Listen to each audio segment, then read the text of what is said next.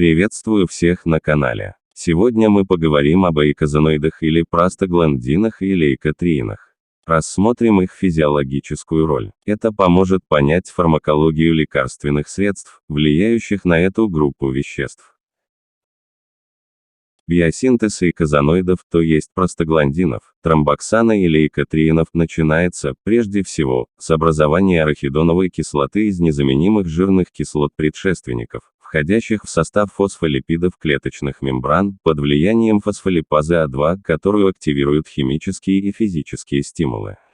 После высвобождения часть арахидоновой кислоты быстро метаболизируется до оксигенированных продуктов несколькими различными ферментными системами, включая циклооксигеназы и липооксигеназы.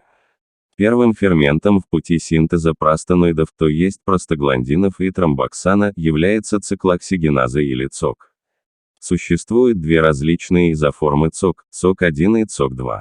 ЦОК-1 считается доминирующим основным ферментом, но не исключительным, для синтеза простаноидов для вспомогательных полезных функций, например, таких как цитопротекция эпителия желудка.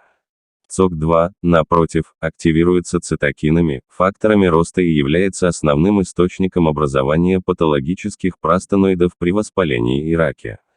Однако это различие слишком упрощенное. Существуют физиологические и патофизиологические процессы, в которых каждый фермент участвует персонально, а существуют и те, в которых они действуют согласованно. Липооксигеназы представляют собой семейство железосодержащих ферментов, которые катализируют оксигенацию полиеновых жирных кислот до соответствующих гидропероксидов липидов.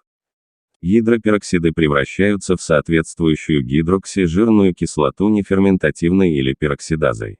Существует 5 активных типов липооксигеназ человека. При участии липооксигеназы 5 образуются лейкотриены.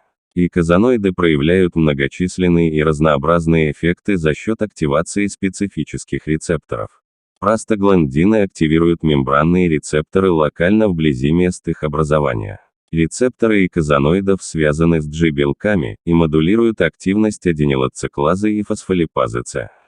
Идентифицированы рецепторы простагландина И2 или простациклина простагландина F2-альфа и тромбоксана А2, а также 4 различных рецептора простагландина Е2 и 2 рецептора простагландина D2. Выделяют 3 группы рецепторов. Первая состоит из рецепторов релаксантов. Это рецепторы простагландинов Е2, Е4, И2, D1, которые увеличивают выработку клеточного циклического аденозин-монофосфата. Вторая группа рецепторов состоит из сократительных рецепторов. Это рецепторы простагландинов Е1, F и тромбоксана А2, которые увеличивают цитозольные уровни ионов кальция. И третья группа, состоящая только из рецептора простагландина Е3, может сочетаться как с повышением внутриклеточного кальция, так и со снижением циклического аденозин-монофосфата. Рецептор D2 является исключением и не связан с другими простаноидными рецепторами.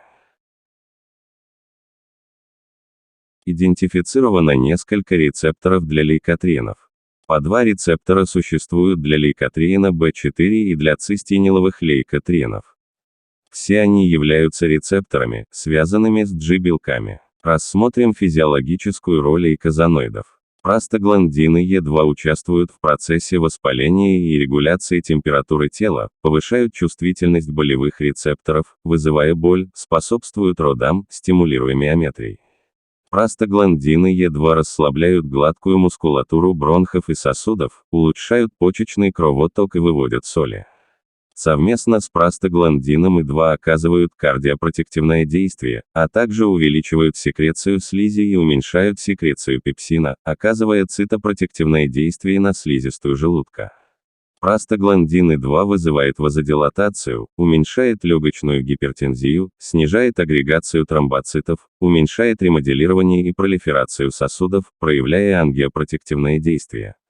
Простагландин F2-альфа стимулирует миометрий, повышает тонус гладкой мускулатуры бронхов и ЖКТ, снижает внутриглазное давление. Простагландин D2 расширяет сосуды сердца, почек и кишечника, снижает агрегацию тромбоцитов. Тромбоксан А2 вызывает вазоконстрикцию, повышает агрегацию тромбоцитов, а также способствует атерогенезу. Лейкотриены повышают тонус бронхов и гладкой мускулатуры ЖКТ, участвуют в воспалении, увеличивая эксудацию плазмы. Лейкотриен B4 участвует в хемотоксисе, иммунных реакциях и проявляет проонкогенные свойства.